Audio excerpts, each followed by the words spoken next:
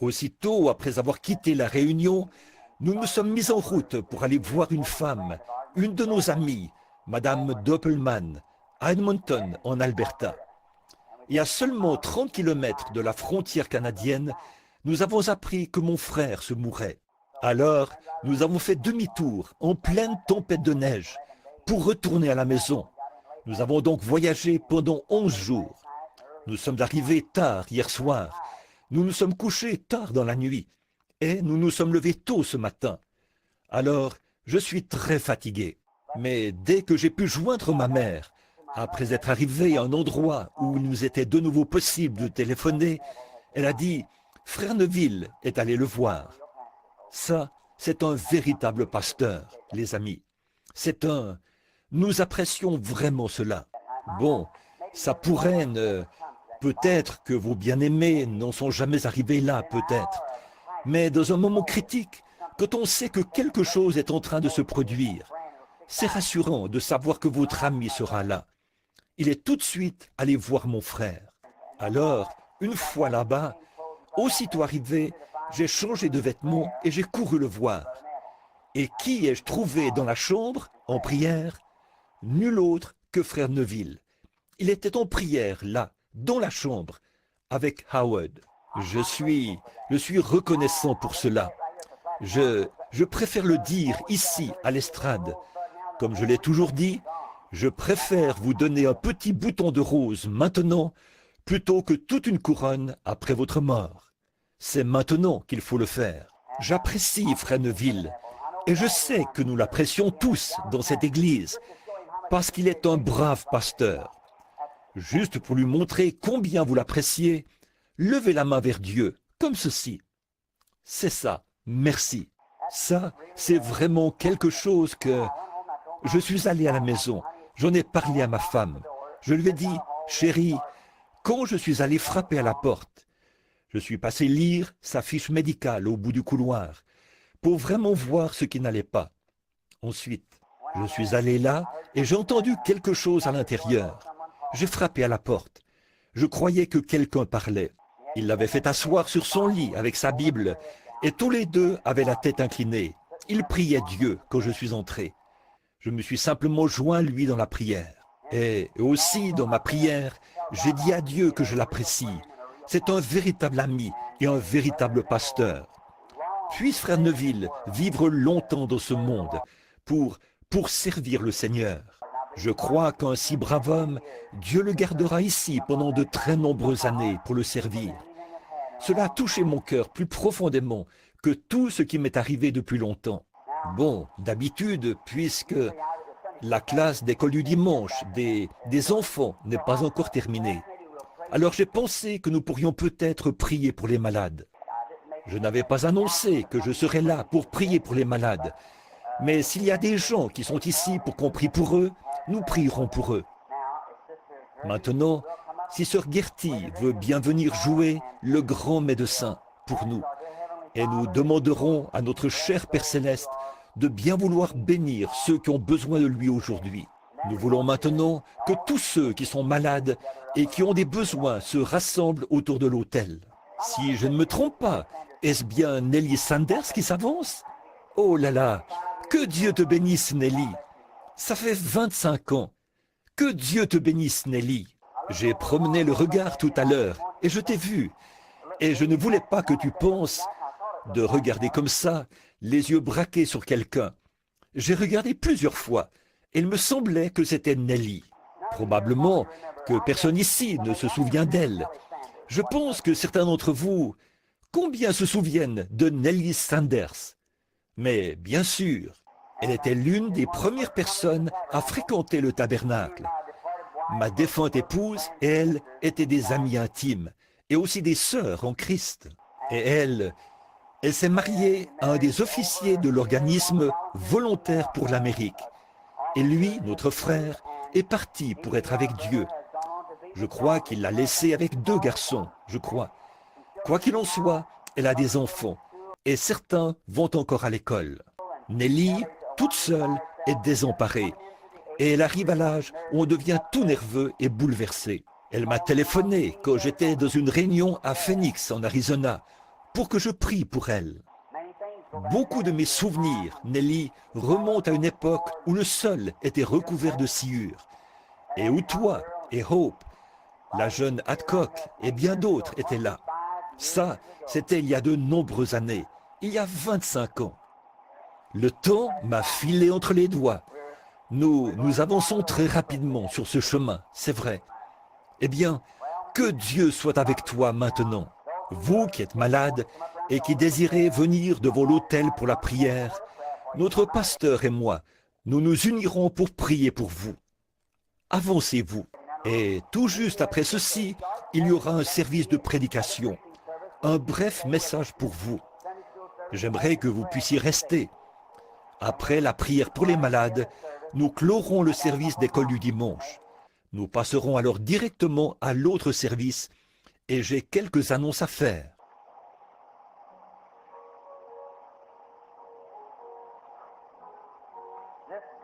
Ce grand médecin est proche maintenant, le compatissant Jésus. Il réconforte le cœur abattu, aucun autre nom que Jésus.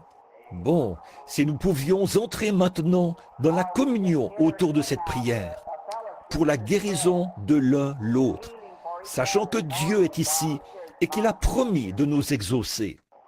Oui, c'est en règle. Nous descendrons prier pour elle, pour la dame qui est assise. Certainement. Très bien. Frère Neville, voudrais-tu venir m'assister? Maintenant, soyez aussi respectueux que possible, vous, les petits-enfants, qui regagnez vos places. Prions maintenant, pour que, quand nous irons oindre les malades et les affligés, nous ayons la foi en Dieu, pour croire. Ayons la foi que Dieu agira. Vous tous, qui êtes dans l'auditoire, et qui êtes en bonne santé ce matin, qui n'avez pas besoin de venir à l'autel, dites-vous bien que c'est la grâce de Dieu qui vous a amené jusqu'ici.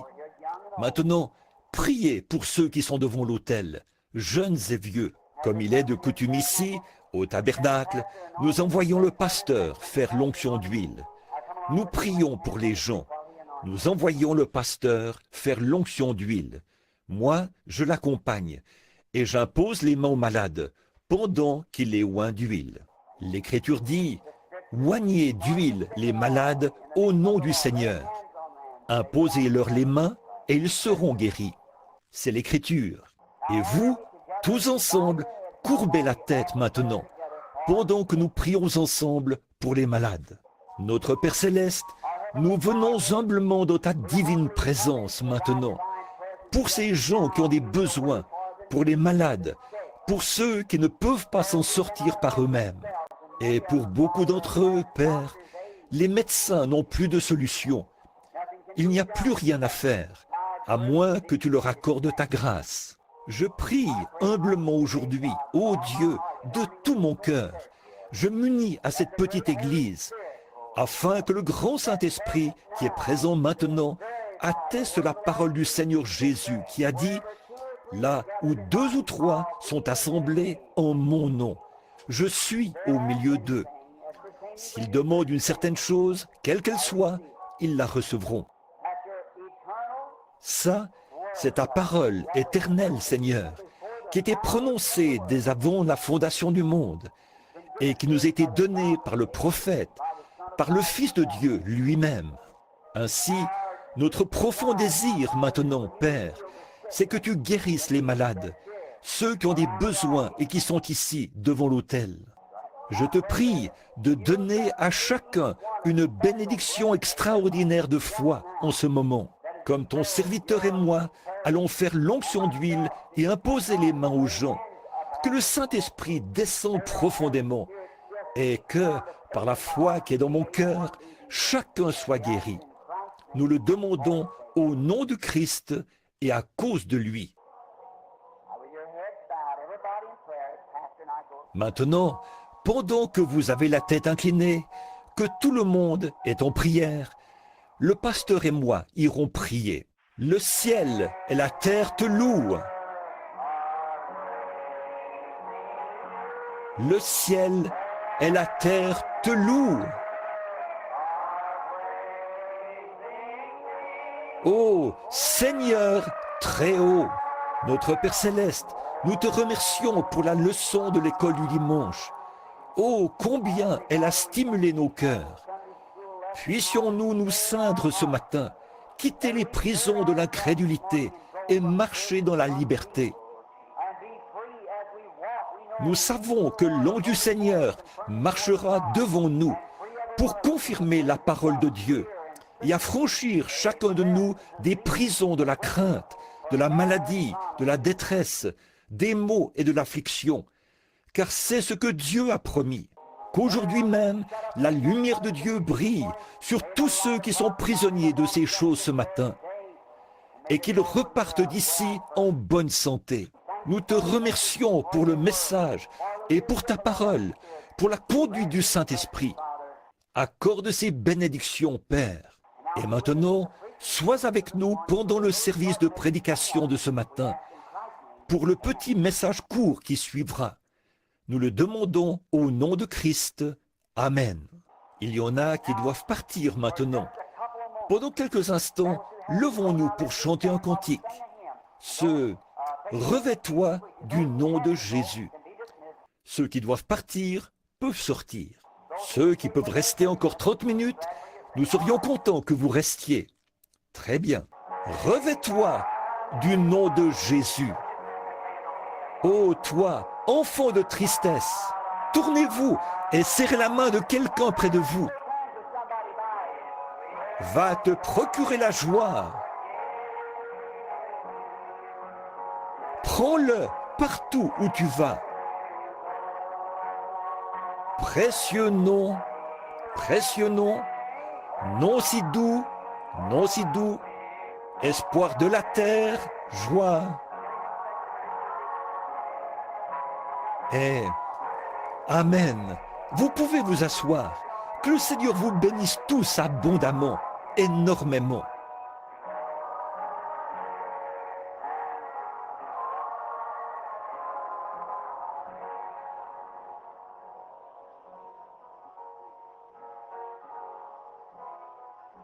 Amen. Be seated and the Lord bless you all real richly.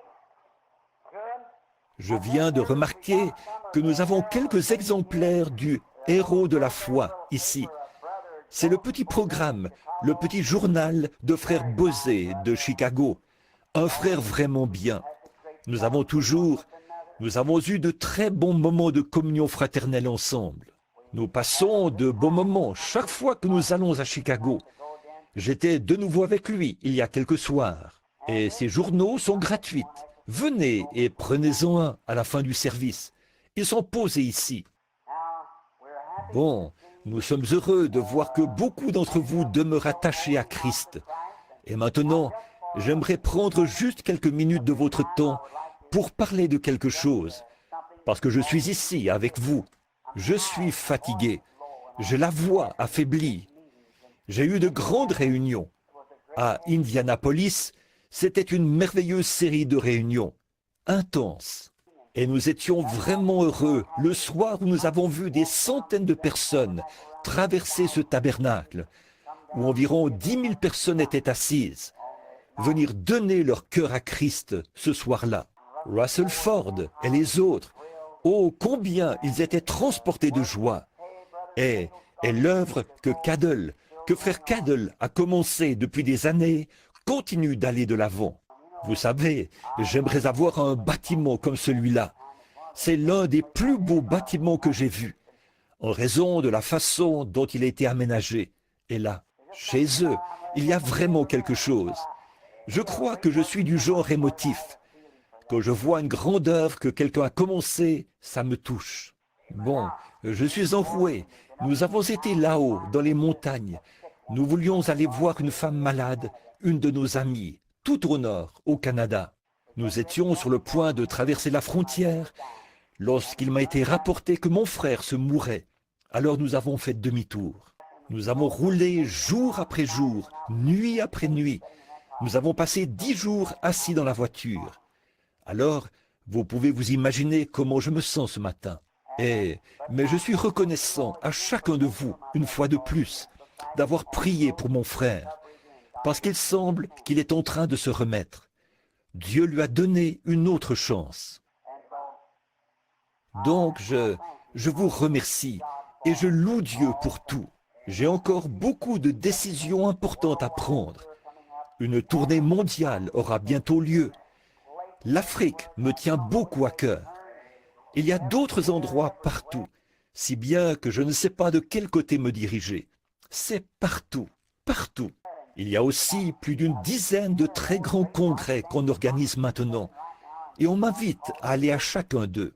Il me reste 24 heures pour décider de la prochaine étape. Alors, priez pour moi. Priez pour moi. J'ai besoin de vos prières. Vous qui êtes ici devant, j'espère que ça ne vous a pas incommodé, qu'on ait arrêté ce ventilateur pendant un instant. J'ai été exposé à de très nombreuses choses dans ma vie, du fait de voyager pour le Seigneur. J'ai vu des conditions de toutes sortes, des maladies et la lèpre. J'ai serré des lépreux dans mes bras. Je leur ai serré la main et j'ai vu toutes sortes de maladies. J'ai été dans des salles et des camps d'isolement et tout, presque partout dans le monde. Et je ne suis plus un jeune homme. Nelly, je pense que tu le sais. J'avance vers l'âge. Puis l'autre jour, j'ai entendu parler de frère Bosworth, là, qui a presque 90 ans. Et pendant que j'étais à Indianapolis, il a eu un caillot de sang dans le cœur. Il était inconscient, un râle d'agonie dans la gorge. Madame Bosworth a appelé pour qu'on prie pour lui. Je suis allé là-bas, nous en avons fait l'annonce et avons commencé à prier. Le lendemain, il m'a appelé et a dit « Je désire participer à l'une de tes réunions un de ces jours. » Et moi qui me sens comme ceci à 47 ans, je devrais avoir honte. Mais ce n'est que mon côté humain, je suppose. Mais, oh, que c'est précieux, que c'est merveilleux. Rien n'est comparable au salut. Avoir le salut, ça, vous n'en avez pas pleinement conscience, mes amis. Je suis certain que le diable tient cela éloigné de vous autant qu'il le peut. Il le fait avec moi. Il vous empêche de réaliser la valeur d'une âme. Avez-vous jamais songé à ce que c'est, au vrai sens de l'éternité, et à combien de temps vous serez dans cet état? Voyez, vous rendez-vous compte, c'est maintenant le temps où vous prenez votre décision par rapport à l'éternité. Dimanche dernier, vous étiez ici, je crois. J'ai prêché sur l'assurance, la puissance que Dieu avait promise, qu'il vous avait prédestiné et appelé avant la fondation du monde, et qu'il avait inscrit votre nom dans son livre. Vous n'avez rien eu à voir là-dedans. C'est Dieu qui l'a fait. N'est-ce pas merveilleux?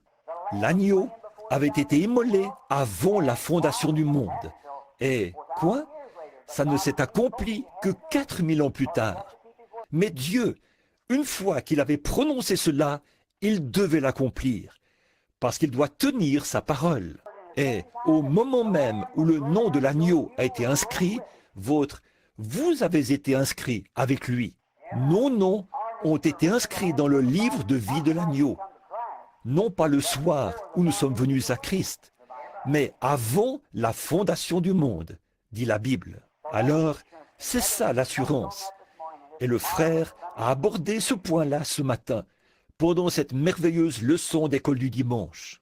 Bon, lisons un passage quelque part dans l'Écriture, juste pour un peu de... j'ai à cœur quelque chose. J'aimerais l'exprimer pendant quelques instants, puis nous terminerons la réunion. Et il y aura un autre service ce soir. Et maintenant, j'ai un message qui m'est venu à cœur l'autre jour, quand je revenais. Et j'aimerais, si Dieu le veut, et si je suis de nouveau ici dimanche matin prochain, le prêcher premièrement au tabernacle. C'est quelque chose que j'ai à cœur, à propos de notre temps. Je suis allé manger quelque part, et je me suis dit, eh bien, est-ce que je deviens fou? Qu'est-ce qui ne va pas chez moi? Je ne supporte pas ces musiques et toutes ces choses qu'ils ont aujourd'hui. Ces femmes d'un esprit faible et borné qui chantent là dans un palais d'ivoire, et tout ça. J'ai dit, il doit y avoir quelque chose qui ne va pas chez moi. Et le Saint-Esprit a dit, oh non, Oh non, si tu aimes le monde ou les choses du monde, l'amour de Dieu n'est même pas en toi. J'ai donc pensé, eh bien, dans ce cas, je ne veux pas m'adapter à ce monde. C'est vrai. Alors le Saint-Esprit s'est mis à me révéler ce message. Je n'aurais pas eu le temps ce matin. Je suis trop fatigué, en plus. Mais peut-être, si le Seigneur le veut, dimanche matin prochain, si nous sommes encore dans les parages. J'ai quelques voyages de prévus cette semaine. Mais si je suis encore dans les parages dimanche matin prochain, si Dieu le veut, Frère Neville l'annoncera samedi pendant son émission. Nous viendrons apporter ce message. Et je désire l'apporter d'une certaine manière. C'est un message évangélique pour ce jour, cette heure et cette saison. Et j'ai prédit il y a 6 mois que cette année était la dernière pour l'Amérique. Et nous verrons si cela est conforme à l'Évangile ou non. Le moment de sa fin est arrivé. Ou bien elle prendra son essor, ou bien elle s'effondrera cette année. C'est vrai. Bon, vous les jeunes enfants, je voudrais que vous apportiez un bout de papier et que vous notiez cela dans la page de garde de votre Bible. Alors, quand frère Branham ne sera peut-être plus de ce monde, vous pourrez voir si j'avais raison ou tort. Voyez? Ainsi, vous saurez si le Seigneur me parle encore. Vous voyez? Maintenant, dans Romains chapitre 4, je veux lire juste un passage de la parole pour continuer. Que dirons-nous donc qu'Abraham, notre père, selon la chair, a obtenu? Si Abraham a été justifié par son œuvre, il a sujet de se glorifier, mais non devant Dieu.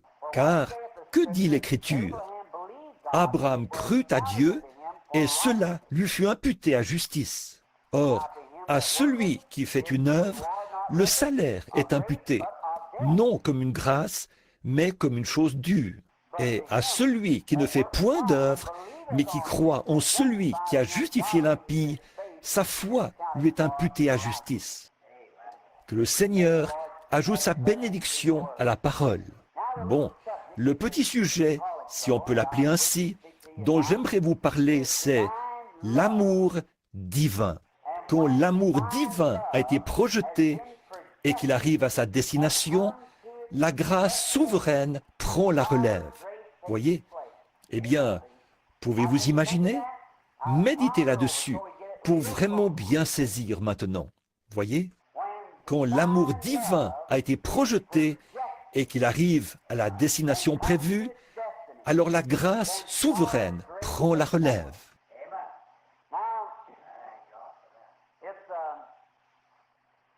Eh bien, c'est étrange de voir les gens, le genre de personnes, ceux que nous côtoyons et ce que nous faisons. Bon, nous devons tous nous rendre à cette évidence. Il y a des gens dont on aime vraiment la compagnie. Et il y en a d'autres, de braves gens, des gens qu'on aime, mais qui ont en eux quelque chose qui fait qu'on a du mal à rester en leur compagnie. Ça, c'est un fait, et nous voulons en parler. Cela est dû à l'atmosphère que cet individu, homme ou femme, crée lui-même. En effet, vous êtes un créateur en miniature, parce que vous êtes des fils et des filles de Dieu. Peu importe jusqu'où vous vous êtes enfoncés dans le péché, vous êtes néanmoins des fils et des filles de Dieu. C'est que votre âme et votre esprit ont été déchus et dégénérés. Mais Dieu est votre créateur. Et dans votre état déchu, vous êtes une création perdue et séparée de Dieu, dominée par le diable.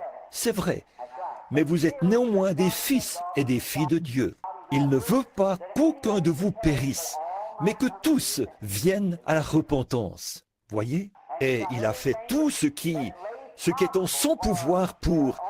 Seul Dieu lui-même pouvait le faire. Donner la possibilité à sa créature d'accepter cela et d'être ce qu'il veut que vous soyez. Revenir à votre état normal. Et personne, maintenant je dirais ceci, et c'est assez tranchant, mais voilà, personne n'est dans son état mental normal tant qu'il n'a pas accepté le Seigneur Jésus. C'est une déclaration forte, mais c'est la vérité. Personne n'a toute sa tête tant qu'il n'a pas accepté Jésus-Christ comme son sauveur personnel. Ça peut sembler, mais c'est la Bible. Certainement, c'est vrai, c'est lui, et dont votre être créé. Or, aux yeux du monde, vous passez pour un fou quand vous faites cela. En effet, vous devez quitter l'atmosphère dans laquelle vous baignez pour entrer dans cette autre atmosphère. Quand vous faites cela, alors Dieu vous élève au-dessus du monde et vous vivez dans une atmosphère céleste. Voyez? Et là, aux yeux du monde, vous êtes carrément à l'opposé de tout. Voyez? Et ceci est à l'opposé du monde. Voyez? Alors, ce que vous voulez, c'est que Christ vous élève dans une atmosphère où vous êtes heureux, paisible. Et dans cette atmosphère, vous créez un climat. Or, bien des fois, nous, dans les églises, ça peut paraître étrange, mais regardez-y de près. Bon, ceci, c'est pour l'église, c'est pour les gens. Les gens reçoivent les esprits les uns des autres plutôt que de recevoir le Saint-Esprit. Allez dans un groupe de gens et observez la façon d'agir de quelqu'un. Et les braves gens qui viennent se joindre à cette assemblée, tout à coup, les voilà qui agissent de la même manière. Toujours, prenez par exemple une brave femme et un mauvais homme. Ou bien il se sentira, ou bien il deviendra un brave homme, ou bien elle deviendra une mauvaise femme. Par l'atmosphère dans laquelle vous vivez, vous projetez ce que vous êtes à ceux que vous côtoyez. Alors, quelle sorte de gens devrions-nous être si nous sommes chrétiens? Dans quel genre d'atmosphère devrions-nous vivre? Nous devons vivre dans une atmosphère de consolation, de calme, de guérison. Nos cœurs constamment en prière, ayant un amour profond pour chaque personne avec qui nous entrons en contact. Et que ce soit ceci, je le dis à la petite église qui a prié pour moi, pour ma mission mondiale. C'est ça qui fait mon succès quand je prie pour les malades. Si je n'arrive pas à me mettre complètement dans la peau du malade, ça ne donne généralement rien de bon. Vous devez vous mettre complètement dans la peau de l'autre, au point que... et ressentir cela vous-même. Il y a quelque temps, ici, un vieux Mexicain était venu là, sur l'estrade. Il s'était précipité vers l'estrade. Rempli de foi, il s'était agenouillé et avait sorti son chapelet. Je lui ai dit, ce n'est pas nécessaire, par la bouche de l'interprète, frère Espinoza. Alors, il s'est relevé, il a mis ses bras autour de moi, s'est mis à marcher à tâtons. Il était aveugle. Je l'ai regardé. J'ai regardé ses pieds pleins de rides. Il n'avait probablement jamais porté de souliers de sa vie. J'ai regardé mes souliers pour voir s'ils pouvaient lui aller. Je lui aurais donné mes souliers. Il était aveugle. Je l'ai regardé. Il était plus large d'épaules. C'était un homme de grande taille. Il pesait plus de 90 kilos, je pense. Il n'aurait pas pu porter mon veston. Et il se tenait là, avec ses cheveux gris. J'ai pensé à mon papa. J'ai pensé, si papa avait vécu jusqu'à peu près cet âge, il aurait à peu près le même âge que cet homme, environ 65 ou 70 ans. Et je me suis mis à aimer cet homme, en ayant ce genre de pensée. Peut-être qu'il n'a jamais eu un seul vrai repas de sa vie. Peut-être qu'il ne s'est jamais assis à table de sa vie. Et en plus de tout ça, il marchait dans l'obscurité. Alors quelque chose est entré dans mon cœur. Oh Dieu, sois miséricordieux. C'est un homme, c'est un frère. Alors quand cela se produit, une onction descend. Une création se met en action tout autour. Et vous, elle se projette vers la personne. Quelques instants plus tard, je l'ai entendu crier quelque chose par-dessus mon épaule.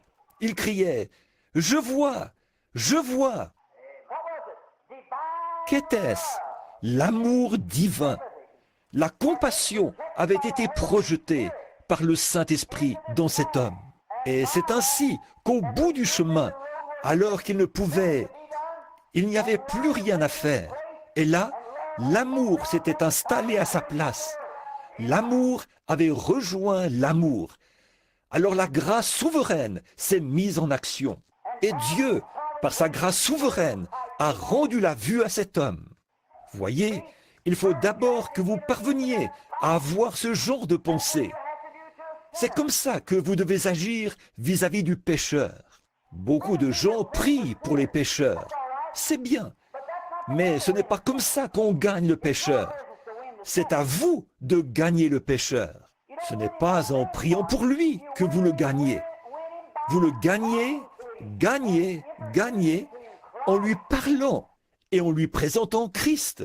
C'est à vous de faire cela.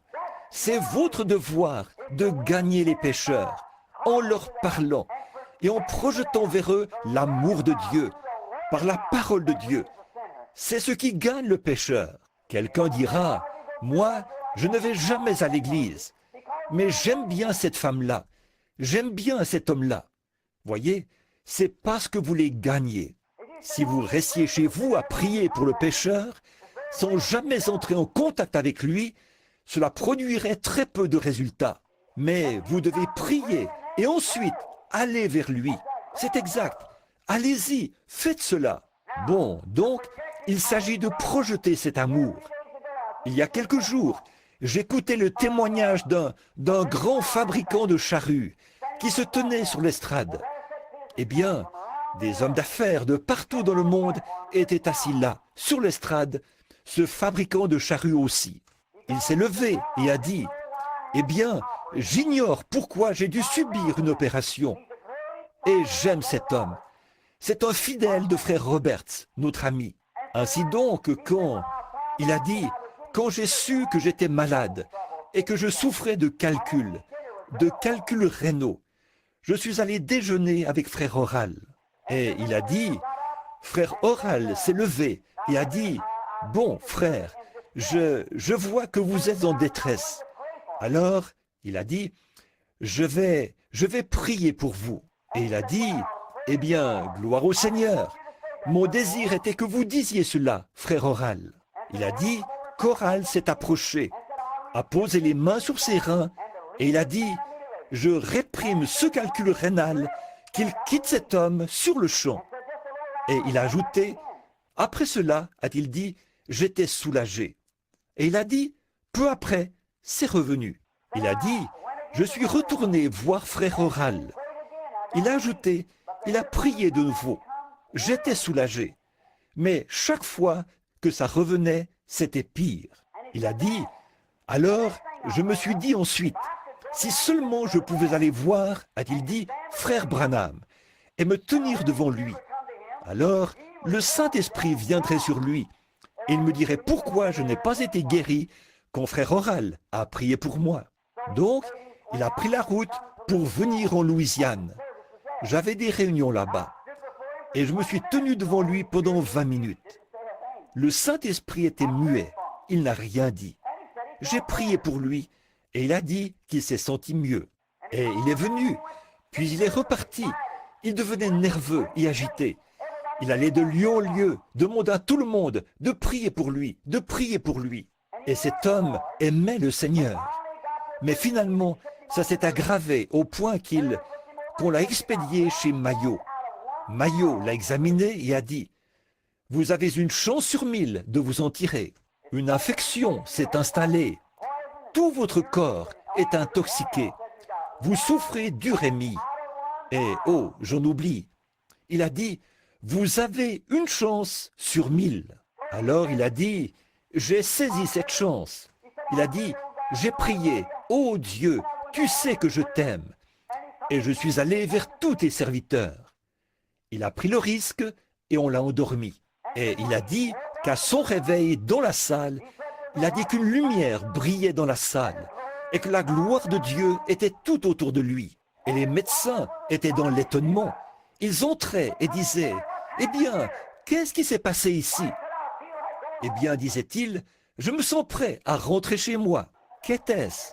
Voyez, il avait fondé ses espoirs sur Si jamais quelque chose m'arrive, j'irai voir frère Roberts. Si ça échoue, j'irai voir frère Branham. Et pourtant, il aimait le Seigneur Jésus. Dieu a dû laisser échouer tout le reste et permettre qu'il soit cloué au lit. Et alors même les médecins ont dit, nous ne pouvons plus rien faire. Et alors, quand l'amour divin est arrivé au bout de son chemin, la grâce souveraine est entrée en scène et a pris la relève. Elle le fera chaque fois. Si vos motifs sont bons, si vos intentions sont bonnes, si vous avez l'amour divin et que vous croyez, allez de l'avant sans rien douter. Quand vous en êtes au point où vous avez l'impression d'être arrivé au bout du rouleau, alors la grâce souveraine prend la relève. Combien j'ai vu cela à l'œuvre, combien j'ai remarqué cela dans ma propre vie.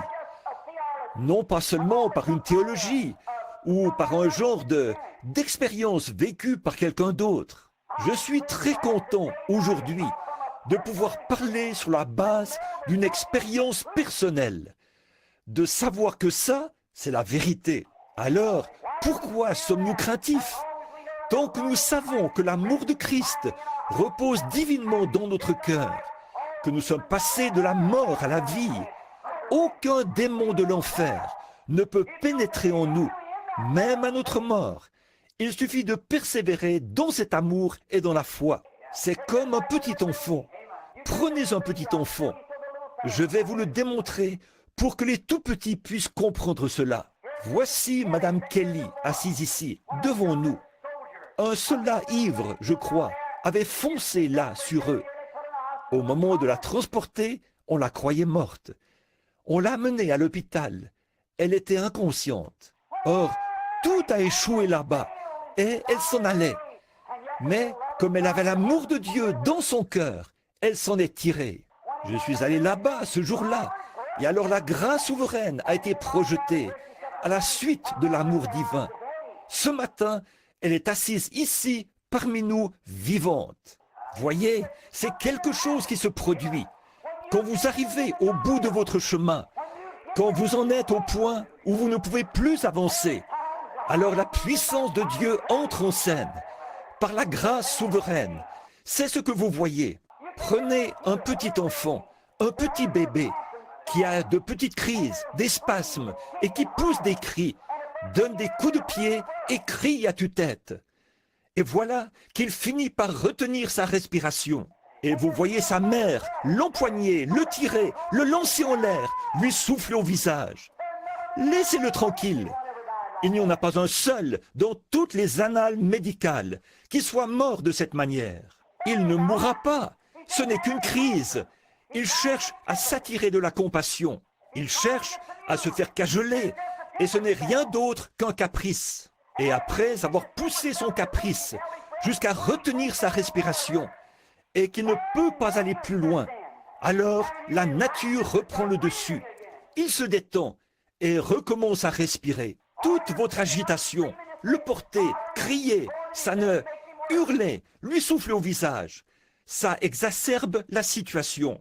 C'est ce qui arrive après que nous avons erré d'église en église, ça et là, de service de guérison en service de guérison. Mes frères, prenez l'amour et avancez, parce que vous êtes au bout du chemin. Dieu projettera la grâce souveraine quand vous arriverez au bout du chemin.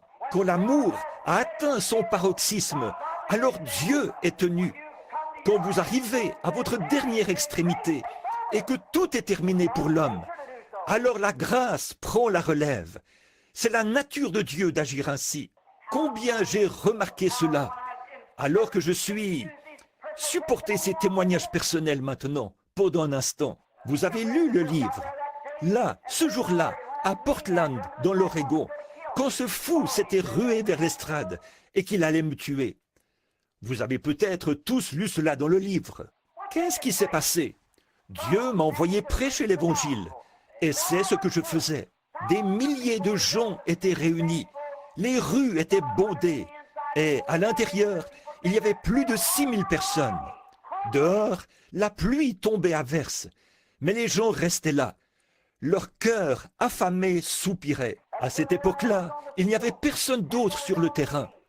Les réunions soulevaient beaucoup d'enthousiasme. Il fallait me frayer un passage à travers la foule et tout. Recourir à une escorte policière pour me faire entrer. J'avais été dans une pièce et là, j'avais conduit 2 jeunes officiers à Christ, là, dans le vestiaire. 2 jeunes hommes au début de la vingtaine qui travaillaient dans la police. La mère de l'un d'eux avait été guérie la veille. Et les 2 se sont agenouillés là et je les ai conduits au Seigneur Jésus. Je me suis avancé sur l'estrade pour parler de la foi.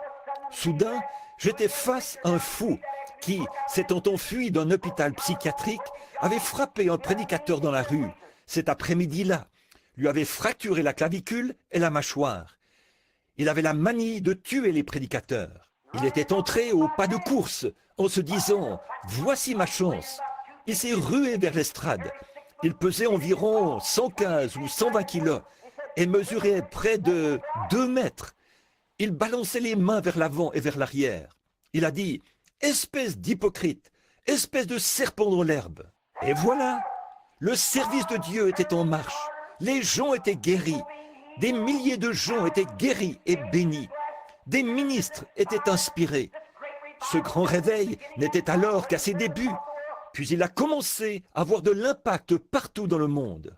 Là, sur l'estrade, était assis T.L. Osborne. Amen. Qui a gagné des dizaines de milliers d'âmes à Christ. Il était assis là, lui qui était pasteur. Et 8 ou 10 membres de son assemblée, depuis le balcon, observaient la scène. Et ce fou s'est rué vers l'estrade pour perturber la réunion du Seigneur.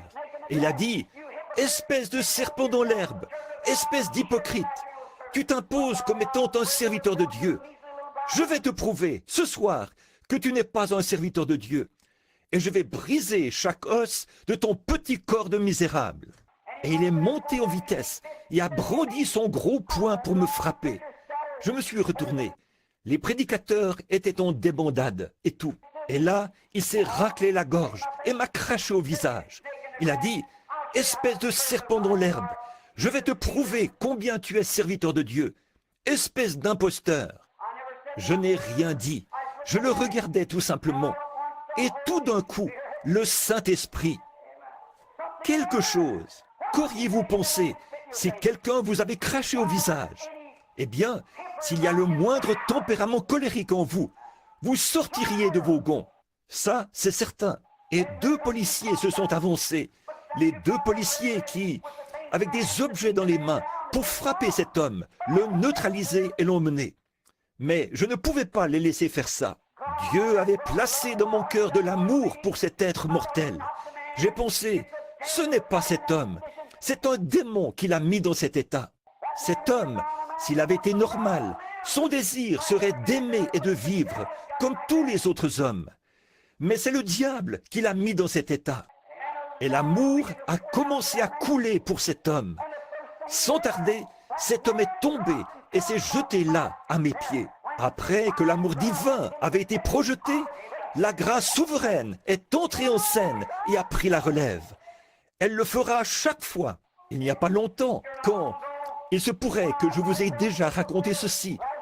L'année dernière, en fait, ça fait maintenant 2 ans, je passais la tondeuse dans ma cour. J'essayais de tondre toute ma pelouse. J'y allais rondement. Je devais m'arrêter pour changer de vêtements, entrer prier pour quelqu'un, puis je ressortais. Bon, le gazon avait déjà repoussé sur ma cour. Avant d'avoir fini de tondre la cour avant, le gazon avait déjà repoussé sur la cour arrière. Donc, un jour, j'étais au fond de la cour arrière, avec ma vieille tondeuse. Je passais la tondeuse, j'avançais, j'essayais. C'était une petite tondeuse motorisée. Or, j'avais oublié qu'un nid de frelons était là, dans le coin. Et j'ai foncé dans ce nid avec ma tondeuse. Et là derrière, je ne portais pas de chemise, j'étais torse nu. J'ai frappé la clôture avec ma tondeuse, torse nu. En un instant, j'étais tout couvert de frelons. Vous savez ce que c'est, un grand nid de frelons. Il vous tuerait, de très gros frelons qui bourdonnaient. Oh, je me suis dit... D'abord, ça m'a effrayé. Puis, soudain, quelque chose a commencé à se produire. J'ai commencé à me tranquilliser. Les frelons continuent à bourdonner. Bon, ça va paraître enfantin, ça va paraître juvénile, mais le Dieu du ciel, devant qui je me tiens, sait si c'est la vérité ou non. Au lieu d'essayer d'attaquer, de frapper, d'écraser ces frelons, un amour, quelque chose de divin m'a alors envahi. Et j'ai pensé, pauvre petit frelon, vous avez le droit de vous faire un nid. C'est la voie que Dieu a pourvue pour votre protection. Je vous ai perturbé et j'en suis désolé. Si je pouvais recommencer, je ne vous perturberais pas. Je n'ai pas fait exprès. Mais j'ai dit, je suis le serviteur du Seigneur. Ces enfants malades sont venus ici pour que je prie pour eux. Alors, je dois me dépêcher de tondre cette cour. À présent, petite créature de Dieu, au nom de Jésus-Christ, retournez dans votre nid. Je ne vous perturberai pas. Qu'était-ce? À ce moment-là, ils auraient pu me piquer à mort. Par l'amour de Dieu, avec un cœur soumis, l'amour a été projeté et la grâce souveraine a pris la relève. Qu'est-ce qu'ils pouvaient dire à ces frelons, leur parler, et que, suite à cela, chaque frelon se met à voler pour former un cercle, qu'ils s'alignent tous comme un groupe de militaires, puis retournent tout droit dans leur nid. Qu'était-ce? Je ne pouvais pas parler à ces frelons. Je n'ai aucun moyen de leur parler. Comment aurais-je pu les empêcher de me piquer? C'était la fin pour moi. Mais j'avais l'amour. Dieu m'a donné l'amour pour ces frelons. Et je leur ai parlé avec ma voix.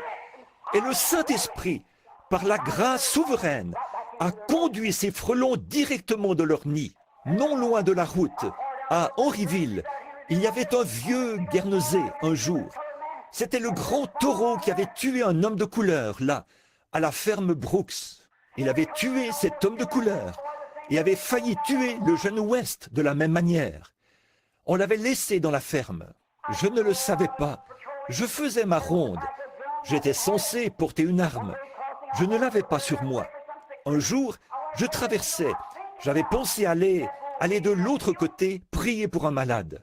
Je suis passé par ce champ, oubliant que ce taureau était là. J'ai marché jusqu'au beau milieu de ce champ.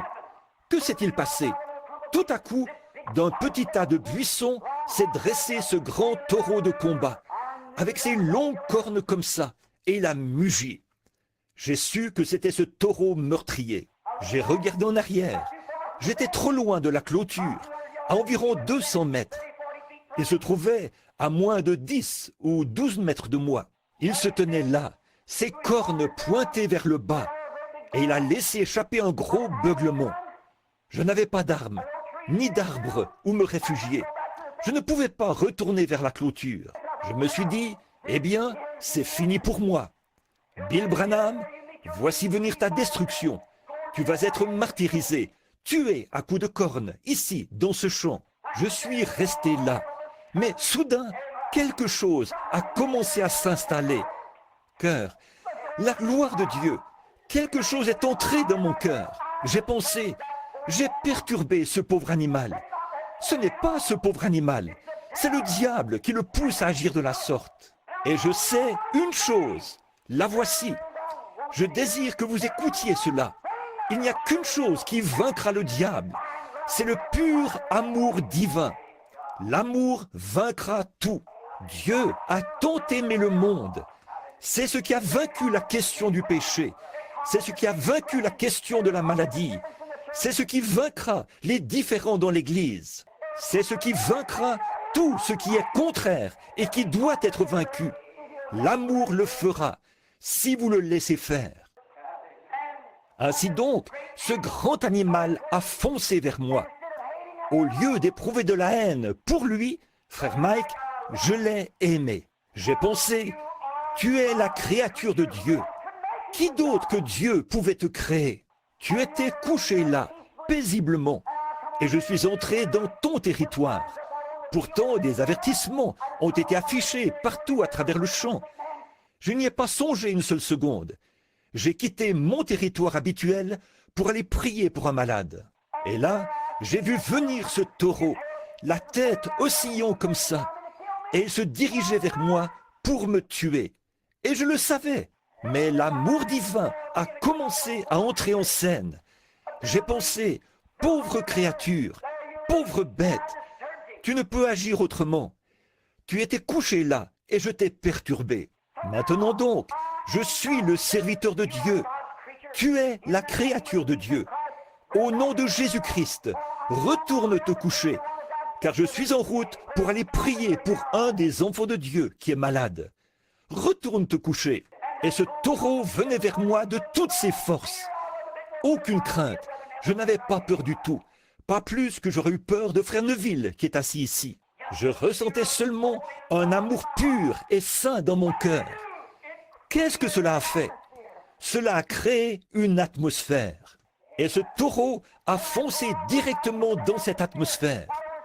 À moins de 3 mètres de moi, il a freiné, les pattes tendues. Il a regardé là, tellement vaincu. Il avait le plus doux des regards. Il s'est retourné et est allé se coucher. Et je suis passé à 1,50 m de lui. Qu'est-ce? Quand l'amour divin a été projeté, la grâce souveraine prend la relève à ce moment-là. C'est le même Dieu qui a pu empêcher les lions de s'approcher de Daniel. Ils étaient sortis en rugissant. Et le brave Daniel se tenait là, enveloppé de l'amour de Dieu. Les lions se sont retirés et se sont couchés. C'était paisible. Je te le dis, mon frère, quand Dieu t'enveloppe de l'amour divin, alors tu trouves la paix dans la vallée. C'est vrai. Il y a quelque temps, je revenais de Dallas, au Texas. Je revenais à la maison par avion. Nous avions eu une série de réunions là-bas.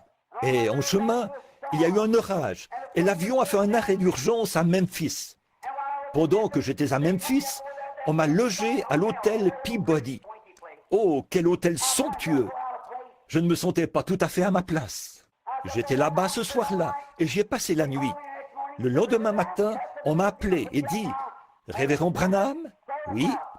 On m'a dit « La limousine vous prendra à 7 heures précises. L'avion décollera à 7h30. » J'ai dit « Merci monsieur » et j'ai raccroché. Je me suis levé, j'ai prié et je me suis dit « Eh bien, j'ai peut-être le temps de faire un saut à la boîte d'un bureau de poste. » J'ai ici de la correspondance à laquelle j'ai répondu hier soir. Je me suis levé et me suis mis à descendre la rue. Je marchais en chantant. Il y a des gens presque partout dont le cœur est enflammé. Du feu qui descendit à la Pentecôte, qui les a nettoyés, purifiés. Oh, il brûle maintenant dans mon cœur. Oh, gloire à son nom. Je suis si heureux de dire, je suis l'un d'entre eux. Je descendais la rue, le paquet de lettres à la main, allant vers le bureau de poste. J'ai senti une chose étrange. Vous savez de quoi je parle, n'est-ce pas? C'est comme si tout s'était tranquillisé.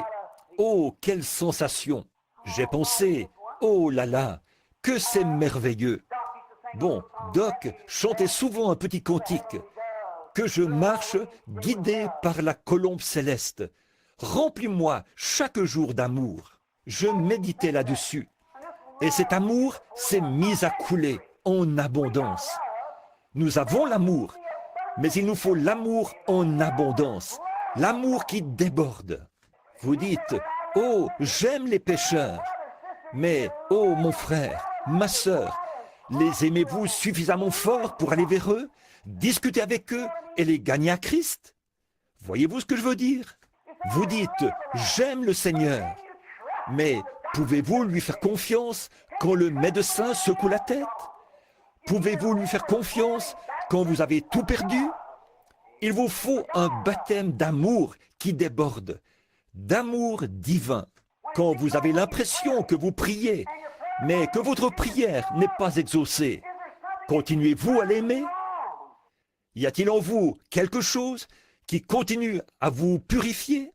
C'est la grâce souveraine de Dieu. Elle doit prendre la relève. Il le faut. C'est la nature de Dieu. Dieu ne peut rien faire d'autre que ça. Quand Dieu a vu le péché de ce monde, il a vu que les hommes se mouraient sans espérance et sans possibilité d'être sauvés. Et pourtant Dieu savait que les hommes l'aimeraient. Et cela a fait pression sur lui et a démontré sa nature. La nature de Dieu, c'est l'amour. Dieu est amour. Et cela a tellement fait pression sur la nature de Dieu qu'il a dû pourvoir d'un moyen de s'en sortir pour ceux qui désiraient s'en sortir. Il a envoyé dans le monde son Fils, fait dans une chair semblable à celle du péché, pour qu'il porte nos péchés et nos maladies au calvaire. Dieu l'a fait. L'amour de Dieu, une fois qu'il était projeté, a requis la grâce souveraine. Et Dieu n'a jamais dit, si tu le fais, si tu fais ceci, je ferai ceci.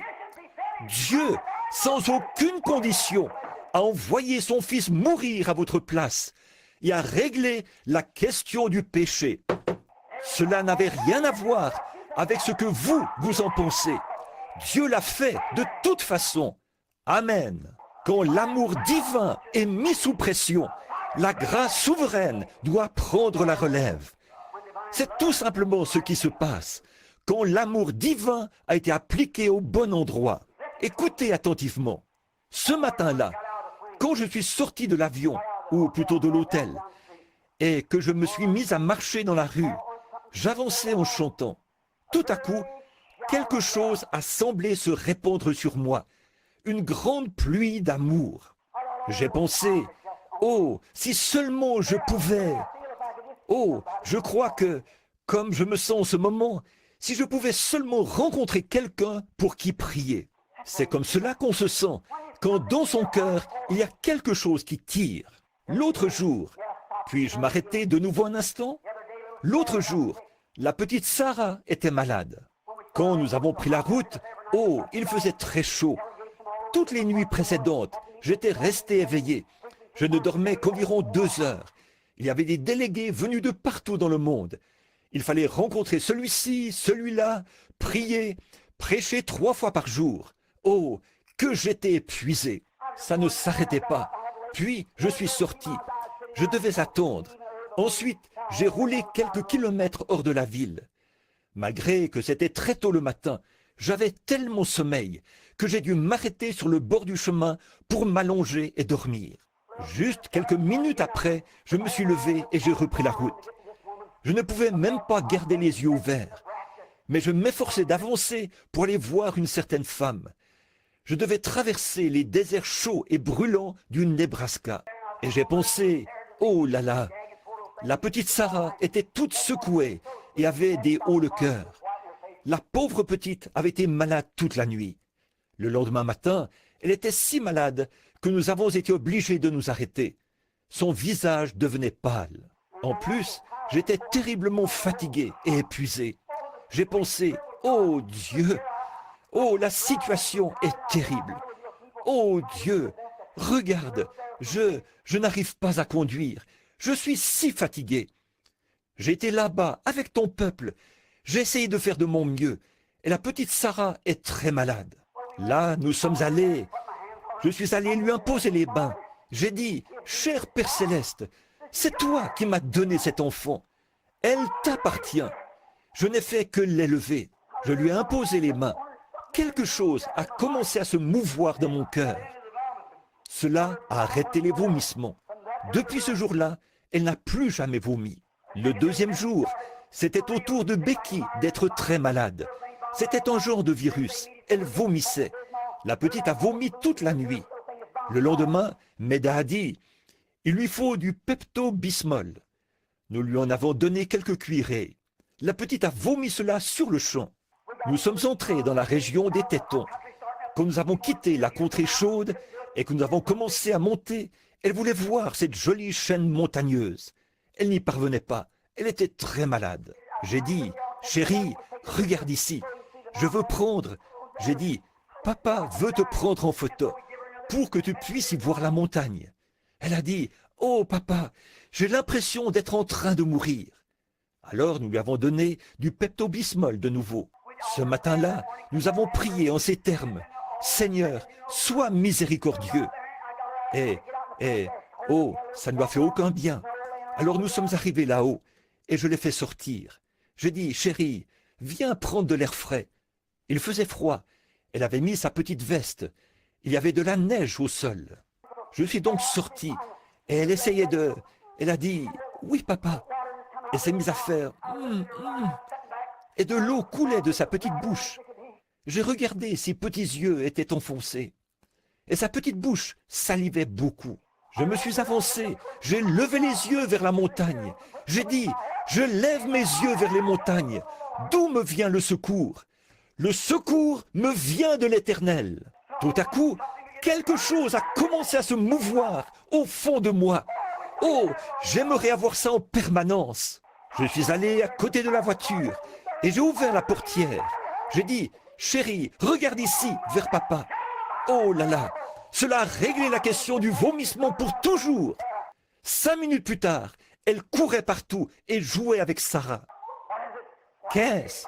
Quand l'amour divin a été projeté, la grâce souveraine prend la relève. Il le faut. Je marchais dans la rue ce matin-là, à Memphis. Je reviens à mon histoire. Je marchais dans la rue, à Memphis, en chantant pour le Seigneur. Et tout à coup, quelque chose a dit, « Arrête-toi !» Je me suis arrêté. Tout à coup, il a dit, « Fais demi-tour, va dans l'autre direction. » Eh bien, c'était dans la direction du fleuve. Je me suis dit, « Oh là là !» J'ai avancé un peu plus. Je me suis dit, « Eh bien, c'était juste quelque chose que je... » Vous savez, souvent, on a des impressions, vous savez. Et souvent, les gens commettent des erreurs, parce qu'ils suivent leurs impressions au lieu de suivre la conduite divine. J'ai donc continué à avancer en me disant, c'était juste moi, une impression. Et oh, plus j'avançais, plus ça empirait. Je me suis mis là, en retrait, et j'ai regardé tout autour. Il y avait là des articles de pêche. Je me suis dit, alors que les gens étaient en train de me dépasser, que j'allais faire comme si je regardais ces articles de pêche. À ce moment-là, tous les gens avaient quitté le trottoir, ce groupe-là, quand le feu avait changé. J'ai dit, bienveillant Père Céleste, que voulais-tu que je fasse? Était-ce toi qui te mouvais dans mon cœur? On dirait que je vais éclater. À l'intérieur, il y a quelque chose qui se répand. Quelque chose a dit, fais demi-tour, rebrousse chemin. J'ai dit, pour aller où? Il a dit, fais demi-tour, rebrousse chemin. Pour aller où? Ça ne change rien. On continue à marcher, c'est tout. J'ai fait demi-tour et j'ai repris ma marche dans la rue. J'ai marché, j'ai regardé ma montre, ça continuait à insister. L'heure était passée. Je suis allé un peu plus loin. L'heure était passée. Il était plus de 7h30. À 8h. Oh là là, là là. Je m'étais rendu loin, très loin. Là, il y avait des maisons aux couleurs vives. Beaucoup de vieilles maisons aux couleurs vives là-bas, très loin. Je marchais là et le soleil était déjà bien haut. C'était au début du printemps. Les nuages s'étaient tous dissipés. J'ai pensé, eh bien, j'ai raté mon vol. Mais j'ai pensé, oh Dieu, si je rate mon vol, c'est ton ordre, tant que tu... Où me conduis-tu, Seigneur? Je ne sais pas où tu m'emmènes. Où vais-je? Ce n'était pas de mes affaires. Il fallait continuer à marcher. J'ai continué à marcher, c'est tout. Après un moment, j'ai regardé. Une mamie, le type même de tante Jemima, était appuyée contre un portail, comme ceci. Elle se tenait là, appuyée contre le portail. Elle avait de grosses joues rondes. Elle se tenait là, une chemise enroulée autour de la tête, comme ceci, et attachée en arrière. Je continuais à marcher, là. Je suis arrivé à sa hauteur, et les larmes coulaient comme ça sur ses grosses joues. Elle m'a regardé et m'a dit « Bonjour, pasteur ». J'ai dit « Madame ». J'ai dit « Bonjour ». Elle a esquissé un sourire et m'a regardé, les larmes aux yeux. Je me suis dit « Elle m'a appelé pasteur ». C'est comme ça qu'on appelle les prédicateurs dans le Sud, vous savez. Et j'ai dit « Comment avez-vous su que je suis pasteur ?» Elle a dit « Je savais que vous viendriez. » Quoi? Elle a dit « Je savais que vous viendriez. » J'ai dit « Je ne comprends pas, tantine. Voulez-vous m'en dire plus ?» Elle a dit « Vous savez, avez-vous déjà lu l'histoire de la Sunamite qui n'avait pas d'enfant et qui a demandé au Seigneur de lui donner un enfant ?» Elle a dit « Et Élie est venu, l'a béni, et elle a eu un enfant. » J'ai dit « Oui, madame, je m'en souviens. » Elle a dit « Je suis comme cette femme-là. » Elle a dit « Je n'avais pas d'enfant. J'ai prié le Seigneur. Et j'ai dit au Seigneur que s'il me bénissait et me donnait un enfant, moi, j'élèverais cet enfant pour lui. Et elle a dit, il m'a donné un enfant. Et elle a dit, j'ai fait des lessives sur une planche à laver. Une petite cabane se trouvait là, sur le côté. Elle a dit, j'ai fait des lessives sur une planche à laver pour élever cet enfant. Et elle a dit, quand il a grandi, pasteur, il a pris la mauvaise voie. Elle a ajouté, il s'est mis à avoir de mauvaises fréquentations. Et le voilà couché, mourant. Et elle a dit, le docteur est venu avant-hier, quand il a perdu connaissance. Et il a dit qu'on ne pouvait plus rien pour lui. On lui avait administré du Salvarsan 606 et tout, du mercure, de la pénicilline. Aucun résultat. C'est une maladie vénérienne, la syphilis. On pense que la valve de son cœur a lâché. Elle a dit, plus rien ne peut être fait pour lui. Elle a dit, il était couché ici, mourant. Et j'ai dit, oh Seigneur, je ne voulais pas voir mon bébé mourir comme ça. Et elle a dit, si seulement je pouvais l'entendre me dire qu'il est sauvé. Et elle a dit, j'ai prié pendant 2 nuits. Elle a dit, ce matin, vers 3 heures, elle a dit, le Seigneur m'a fait tomber dans un sommeil pendant que j'étais à genoux. Elle a dit, j'ai eu un songe. Elle a dit, j'ai vu venir un homme, vêtu d'un complet clair, avec un petit chapeau western posé de travers sur la tête. J'ai dit, Seigneur, cette femme-là, c'est moi, mais où est ton Élie? Il a dit, le voici qui vient. Elle a dit, je me suis relevé rapidement de ce lit, et je me tiens ici depuis ce moment-là, à vous attendre. C'est exactement comme ça que j'étais vêtu. Oh, frère, quand l'amour divin a été projeté, cette mère envers son enfant, oui, il pesait 80 kilos, mais il restait toujours son enfant, couché là, mourant dans la honte. Peu importe combien il s'était couvert de honte, c'était son enfant. Elle l'aimait. C'est ça, l'amour d'une mère. Peu importe combien il l'avait couverte de honte, elle l'aimait malgré tout. Et si vous ne pouvez pas oublier votre enfant, peu importe ce qu'il a fait, à combien plus forte raison, Dieu peut-il ne pas vous oublier? Il a dit, vos noms sont gravés sur la paume de ma main. Une mère pourrait oublier son nourrisson, mais je ne vous oublierai jamais. Peu importe ce que vous avez fait, combien vous vous êtes éloigné, combien vous êtes empêtré, Dieu vous aime toujours. Dieu vous aime. Gardez cet amour vivant. Ne le laissez pas s'éteindre. Donc, elle a poussé un soupir. Elle a dit, oh, je ne pouvais vraiment pas. Elle a dit, pasteur, j'ai eu un songe dans lequel je vous ai vu venir. Elle a dit, quand j'ai regardé dans la rue et que j'ai vu ce petit complet clair et ce petit chapeau posé de travers sur votre tête, elle a dit, l'Esprit m'a dit, le voilà.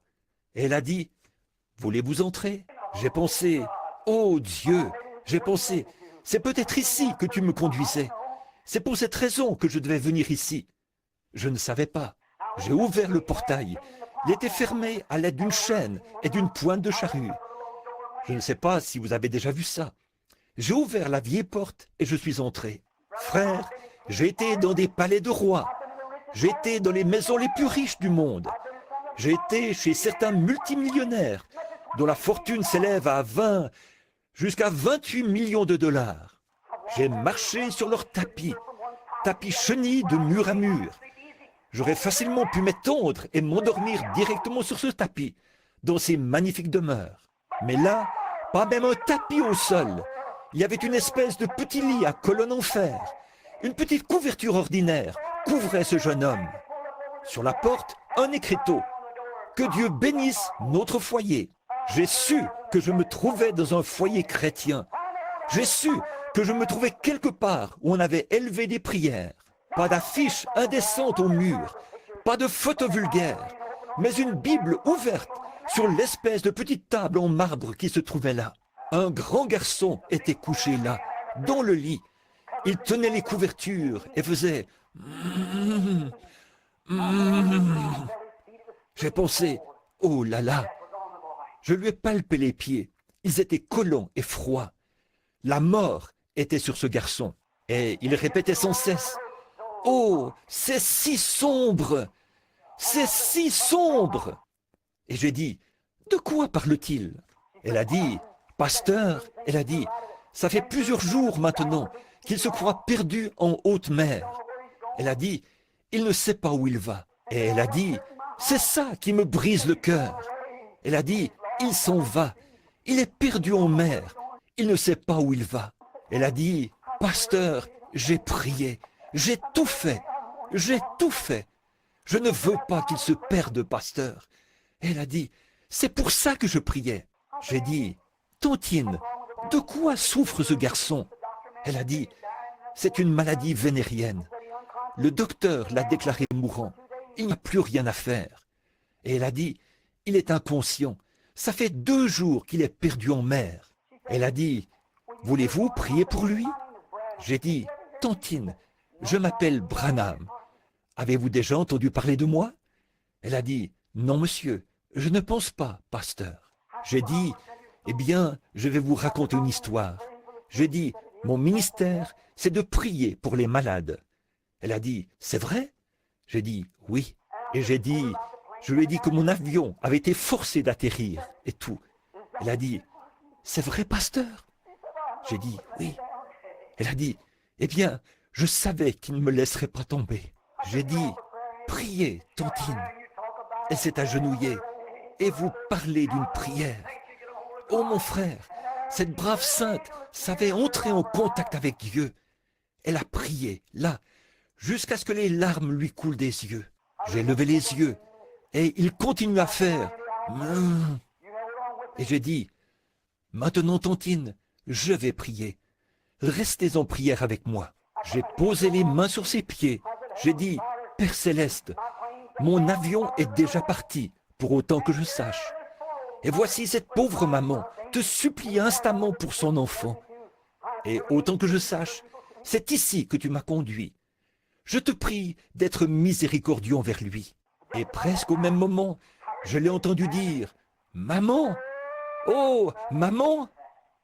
Elle s'est relevée. Elle a essuyé les larmes de ses yeux. Et elle a dit, oui, mon chéri, le bébé de maman se sent mieux? Elle s'est mise à lui caresser la tête. Il a dit, maman, la pièce est en train de s'éclairer. La pièce est en train de s'éclairer. L'amour souverain.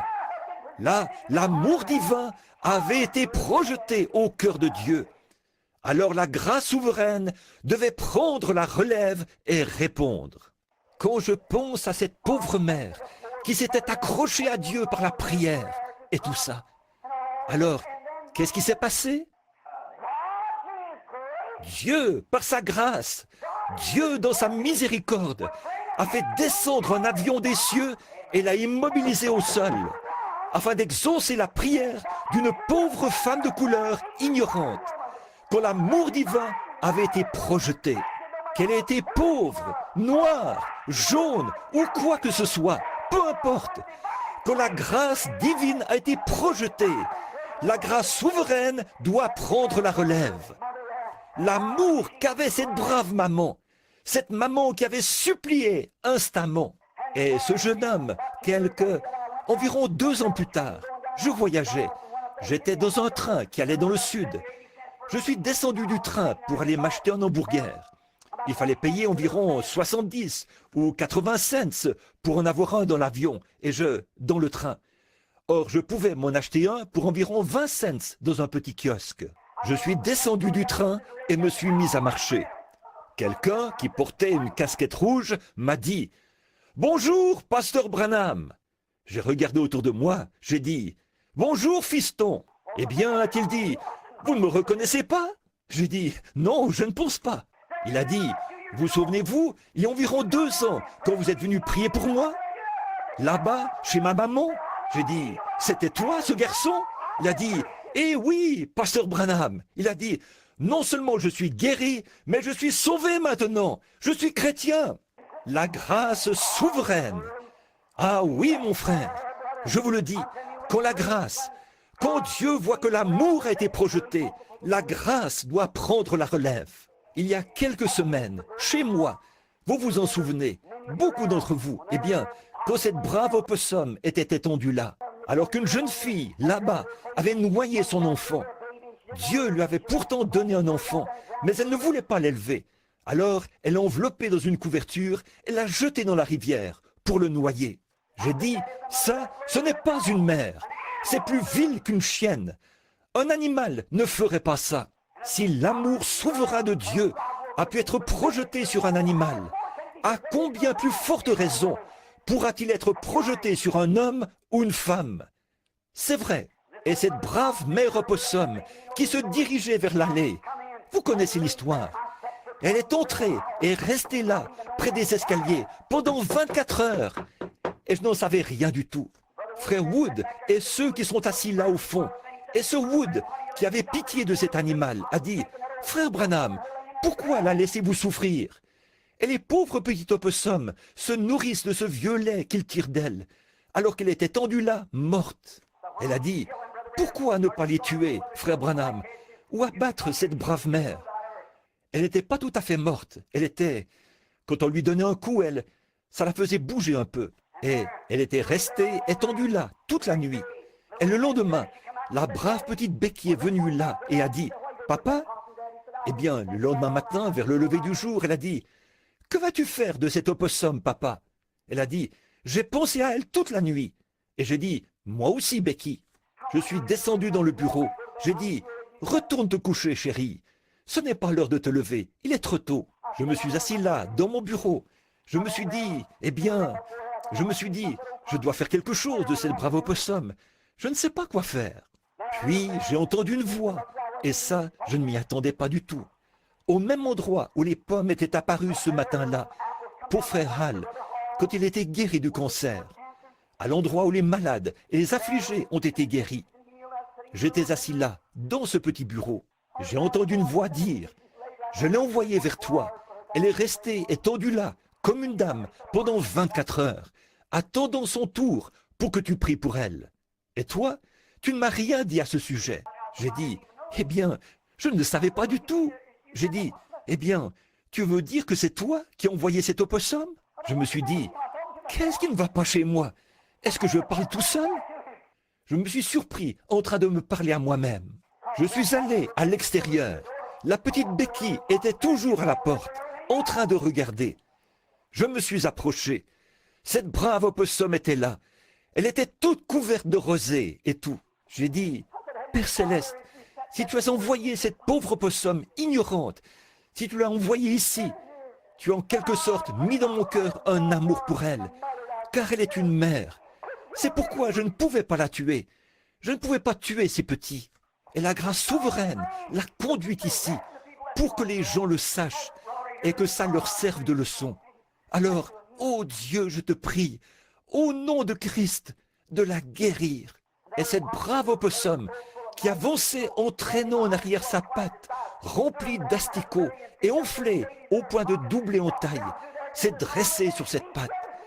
Elle a fait entrer ses petits dans sa poche et s'est mise à marcher là, aussi naturellement que n'importe quel autre animal que vous avez vu marcher. Elle s'est retournée vers moi, comme si elle se retournait pour dire « Merci, gentil monsieur ». À ma connaissance, ils sont très heureux aujourd'hui, elle et ses petits. Pourquoi? Quand l'amour divin a été projeté, la grâce souveraine prend la relève. Mon frère, ma sœur, il y a une seule chose à faire dans votre vie. Aimez le Seigneur votre Dieu de tout votre cœur, de toute votre âme, de toute votre force et de toute votre pensée. Et croire que chaque parole qu'il a prononcée est la vérité. Et quand vous arriverez au bout de votre chemin et que vous ne pourrez plus avancer, alors la grâce souveraine, la grâce divine sera projetée. Comment aurais-je pu lui parler, étendu là, quand les frères Maillot m'avaient abandonné, assis sur le perron là-bas, frère Cox assis à mes côtés, à se demander ce qui se passait. Je ne pouvais vraiment plus supporter ça, mais j'ai dit,